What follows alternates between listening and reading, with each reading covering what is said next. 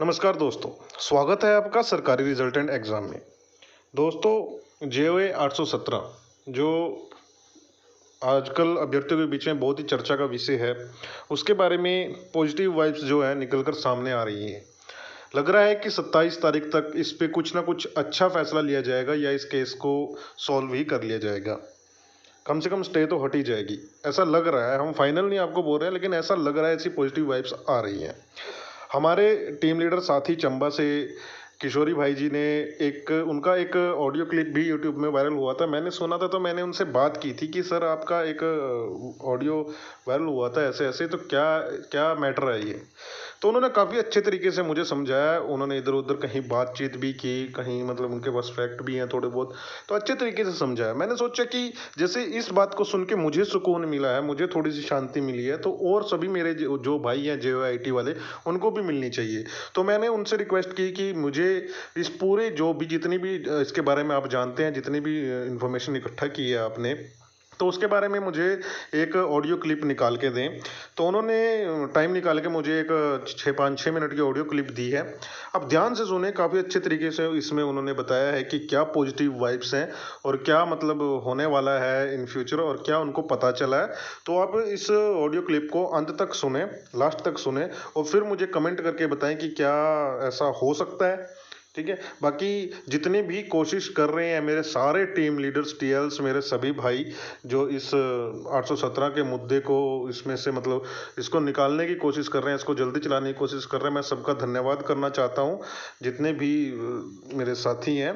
बाकी आप इस ऑडियो क्लिप को सुनिए, उसके बाद बताइएगा। उससे पहले चैनल को अगर सब्सक्राइब नहीं किया तो सब्सक्राइब जरूर कर लें और बेल आइकन जाकर नोटिफिकेशन ऑन कर लें। साथियों नमस्कार। साथियों मैं किशोरी और JOA 817 से संबंधित कुछ चीज़ें बातें शॉर्ट में आपके साथ शेयर करूंगा। साथियों 23 तारीख को अभी जो इसकी सुनवाई हुई केस की, और इससे संबंधित 3 बार जो केस वहाँ पर लगा और समय फिर भी नहीं मिल पाया इसकी केस की हियरिंग के लिए। और जैसा कि मैंने पहली क्लिप में कहा, जो वहाँ पर लॉयर्स हैं, 40 से ज़्यादा लॉयर्स वहाँ पर जो है इस केस को लड़ रहे हैं, चाहे वो बोर्ड की तरफ से हो चाहे वो दूसरी तरफ से हो। तो वहाँ पर जो चीज़ें डिस्कस हुई वकील से, वहाँ से हमारे पास भी ये जानकारी आई कि जो वहाँ पर लॉयर्स बोर्ड की तरफ से वकील वहाँ पर हैं, उन्होंने कहा है कि सिर्फ 30 मिनट का समय उनको चाहिए है और 30 मिनट के अंदर ये जो केस है वो सॉल्व हो जाएगा। अब नेक्स्ट डेट जो है वो 27 तारीख को रखी गई है इसमें। तो हमारे पास भी कॉल्स आ रहे हैं, मैसेजेस आ रहे हैं, लोग पूछ रहे हैं कि क्या 27 तारीख को इसकी हियरिंग होगी, अगर होगी तो क्या होगा, केस किस तरफ जा रहा है, क्या वैकेंसीज 817 में से कम होंगी नहीं होंगी, क्या होगा। तो सबसे पहले तो मैं आपको ये बता दूं कि ये केस ही इसीलिए हाई कोर्ट में लगा हुआ कि इसमें क्या होगा। जब हाई कोर्ट में केस लगा हुआ है तो इसमें हमारे बस और हमारी प्रिडिक्शन के करने का कोई मतलब ही नहीं बनता है, और ना ही कोई भी कोर्ट के बाहर कोई भी व्यक्ति इस चीज़ को इंटरप्रेट कर सकता है, और ना ही किसी को इंटरप्रेट करने का अधिकार है। इवन वहाँ पर जो 40 से ज़्यादा वकील लगे हुए उनको भी इस चीज़ का पता नहीं है कि क्या होगा, इस केस का किस तरफ जाएगा। इसका रीज़न ये है कि पहली बात तो इसकी हियरिंग जो है वो इतनी लंबी हियरिंग हुई नहीं है, और चीज़ें जो है जितनी इसके ज़रूरत थी समय की, उतनी समय ना मिल पाने के कारण जो डिस्कस नहीं हुई हैं। तो जब चीज़ें इतनी लंबी डिस्कशन जो है वो नहीं हुई है, तो इसमें कोई कैसे इसमें प्रेडिक्ट करेगा कि केस किस तरफ जाएगा, क्या होगा। अब हो सकता है, जो अभी कुछ साथी ये भी कह रहे हैं कि क्या 27 तारीख को इसका पक्का जो है वो डिसीजन आएगा। तो हम ये भी नहीं कह सकते हैं, क्योंकि माननीय न्यायालय में और भी केसेस हैं काफ़ी, इससे भी ज़्यादा सीरियस केसेस वहाँ पर होते हैं और डेली लगते हैं। तो ये ऑनरेबल हाई कोर्ट पर और संबंधित जो बेंच इस केस की सुनवाई कर रहा है, उनके ऊपर डिपेंड है कि वो समय दे पाते हैं नहीं पाते, दे पाते हैं, समय मिलता है या नहीं मिलता। हो सकता है 27 तारीख को जो है वो समय ना मिले, उसके बाद की डेट पड़े, तो ऐसा हो सकता है, कुछ भी हो सकता है। लेकिन जो ऑनरेबल हाई कोर्ट में संबंधित बेंच ने ये कहा है कि इसमें जो है अगली सुनवाई जब भी होगी, जैसे भी होगी, हो सकता है वो आखिरी सुनवाई हो, लास्ट सुनवाई हम करेंगे, ऐसा उन्होंने कहा है 23 तारीख को। तो अब क्या इसमें कोई डिसीजन आ जाएगा या स्टे हटाकर इसको आगे हियरिंग कंटिन्यू होगी, ये कुछ भी हो सकता है। तो इसमें जल्दबाजी करके हम कुछ भी नहीं कह सकते, और ना किसी को इसके बारे में जो एग्जैक्ट जानकारी होती है।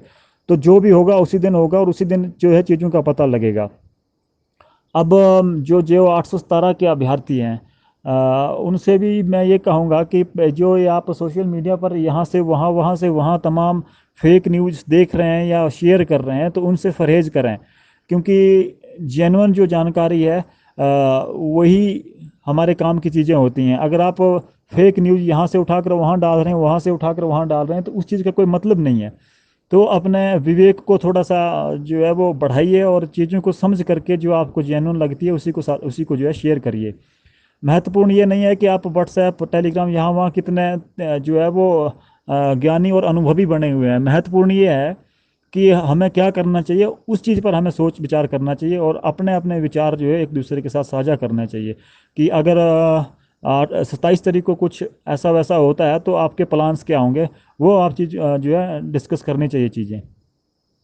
अब देखो, बात ऐसी है कि हम ना तो जितने भी 817 के अभ्यर्थी हैं, ना हम सरकार के खिलाफ हैं, ना बोर्ड के खिलाफ हैं, ना कोर्ट के खिलाफ हैं, ना हम दूसरे संबंधित जो हमारे साथी 556 के उनके भी खिलाफ नहीं हैं। हम तो उनके भी राइट्स को डिनाई नहीं करते हैं। हम तो ये सरकार से ये भी कहते हैं कि आप बीच का रास्ता निकालो, और इनके भी जो 556 के हमारे साथी हैं उनके भी राइट्स हैं, उनके भी अधिकार हैं, उनको भी परेशानी हो रही है, तो उनके अधिकार उनको दे दें। लेकिन 817 से देने का कोई मतलब नहीं बनता, ना कोई सवाल है, और ना हम ये चीज़ होने देंगे, ना हमें ये चीज़ जो है वो एक्सेप्टेड है। क्योंकि जब 2 to 6 में केस लगा है और वहाँ पर फंडामेंटल राइट्स का हवाला दिया गया है, तो साथियों फिर फंडामेंटल राइट्स हमारे भी हैं। 817 के जो अभ्यर्थी है, 19,000 अभ्यर्थी जो लिखित परीक्षा पास करके 70% अभ्यर्थियों की जो है वो टंकण परीक्षा, जिसको टाइपिंग परीक्षा बोलते हैं, वो भी हो चुकी है। तो फंडामेंटल राइट्स तो हमारे भी हैं। इसलिए हम तो ये बिल्कुल भी नहीं चाहते हैं कि 817 में से कोई एक भी वैकेंसी कम हो, और ना ही हमें ये स्वीकार्य होगा इसमें कम होना। अब सरकार देखे कि इसमें जो है वो कैसे इसमें क्या करना है, किसको कैसे देनी है, बीच का रास्ता निकाले सरकार। उनके पास बैकलॉग में पड़ी वैकेंसीज हैं, या जहाँ से भी वो कर रहे हैं, आपको दूसरे को देनी है वहाँ दे दें, हमें वो भी हमें किसी को जो है वो परेशानी नहीं है।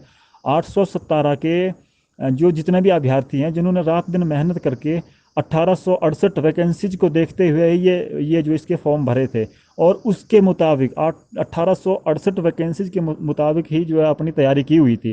कई लोगों ने दिन रात कोचिंग ले रहे थे लोग, और कई लोगों ने तो रातें जाग जाग करके टाइपिंग की जो प्रैक्टिस की हुई थी। हमारे पास कई लोग ऐसे हैं जिन्होंने कॉल करके बताया था कि उन्होंने रात के 3 4 4 बजे तक भी इसकी जो है वो टाइपिंग प्रैक्टिस की थी।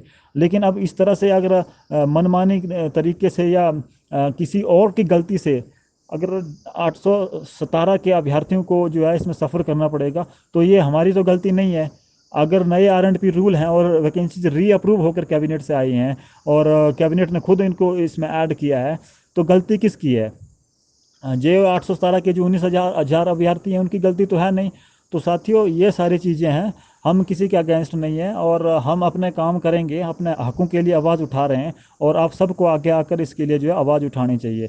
तो हम तो ये चाहते हैं, और ये निवेदन हमारा रहेगा तमाम जितने भी बोर्ड है, चाहे वो सरकार के अधिकारी हैं, उनसे भी हम जो मिले थे, तो हमारा एक ही आग्रह है कि हमारी जो ये 817 की भर्ती प्रक्रिया है, इसको सुचारू रूप से करा करके टाइम फ्रेम के अंदर इससे संबंधित जितने भी 1868 या 60 जितने 1860 या जितने भी इसमें पोस्टें हैं, उनके सभी के सभी अभ्यर्थियों को जो इसके लिए एलिजिबल हैं, जो चयनित होंगे, उनको समय के अंदर जो है नियुक्तियां दी जाएं। तो यही साथियों आपसे कहना है, और इसके बाद जो तमाम चीज़ें हैं वो आपके साथ कोर्ट के में जो नेक्स्ट हियरिंग होगी उसके बाद आपके साथ जो है वो डिस्कस करेंगे। धन्यवाद साथियों।